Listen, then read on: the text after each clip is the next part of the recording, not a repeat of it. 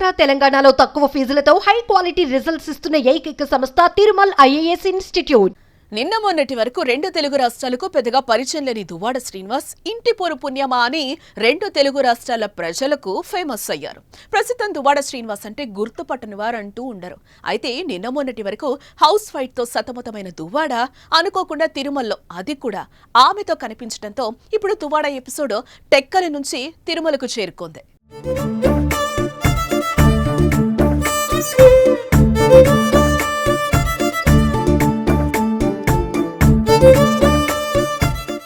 ప్రస్తుతం ఆంధ్రప్రదేశ్లోని టెక్కలిలో దువ్వాడ వారి కుటుంబ కథా చిత్రం రచ్చకెక్కింది.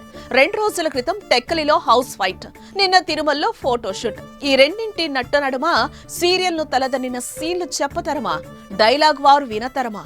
2 ఏళ్లు కేంద్రంగా నారీ నడుమ దువ్వాడ వివాదం వారం 10 రోజులుగా నాన్ స్టాప్ లొల్లే. కోర్టు ఆర్డర్ తో ఇంట్లోకి వెళ్లేందుకు దువ్వాడ వాణి ప్రయత్నించటం, ఈ ఇల్లు నాదే, ఇంటిపై అధికారం నాదే అంటూ మేడపై మాధురి విలాసం. ఇదో ట్విస్ట్ భరిత చిత్రం. వాణి ఇంట్లోకి వెళ్లే గ్యాప్ లో ఇల్లు తన పేరిట రిజిస్టర్ అయిందని జలకిచ్చారు మాధురి. అవేం చెల్లవని వాణి తన బాణి వినిపించినా చివరకు ఇంటి ముందు పోరాటానికి తెరవేయక తప్పలేదు. అలాగని వివాదం సద్దుమణగనూ లేదు. మాటర్ కోర్టుకు చేరింది. ఇక స్మాల్ బ్రేక్ తర్వాత టెక్కలి ఫ్యామిలీ పిక్చర్ సడన్ గా తిరుమలలో తళుక్కుమంది ఇలా.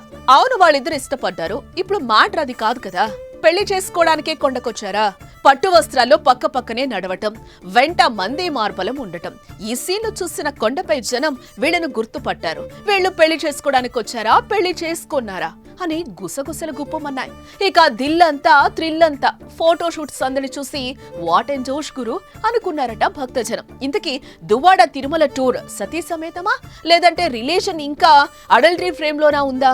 పట్టు వస్త్రాల్లో ఫార్మల్ డ్రెస్ లో ఆ ఇద్దరిని చూశాక పెళ్లి కోసమే కొండకొచ్చారనే పుకార్ల లొల్లి మొదలైంది. ఇంతటితో దువ్వాడ ఫ్యామిలీ వార్ కొండెక్కినట్టేనా? ఇక వారిద్దరూ పెళ్లి చేసుకున్నట్లొస్తున్న వార్తలపై దువ్వాడ స్పందించారు. పెళ్లి చేసుకోవడానికే వచ్చారనే ప్రచారం నిజమే, కానీ ఇప్పుడు ఆ ప్రచారంలో నిజం లేదన్నారు దువ్వాడ శ్రీనివాస్. భక్తితో బ్రహ్మోత్సవాలను చూడ్డానికి తిరుమలకొచ్చామని అన్నారు. గతంలో వెళ్లడం వేరు, టెక్కలిలో జరిగిన కొండంత రచ్చ జగమంతా తెలిసాక ఇలా కొండకు రావడం వేరు.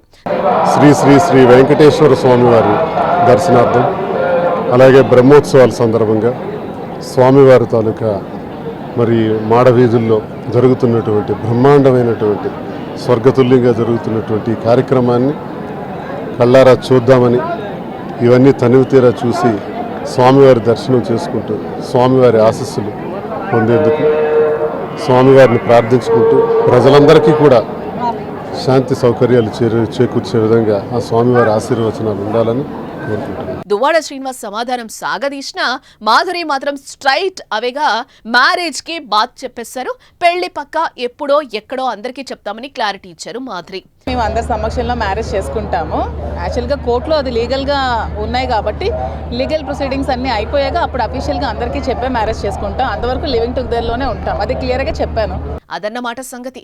కోర్టు తీర్పుతో ఫ్యామిలీ వరకు ఎండ్ కార్డ్ పడ్డమే తరువాయి వెడ్డింగ్ బెల్స్ మోగుతాయన్నమాట. టీజర్ ట్రైలర్ తరహా మేడపై విలాసం, కొండపై ప్రకటన. ఇక భవిష్యత్తు చిత్రం ఏంటో అర్థమవుతోందా?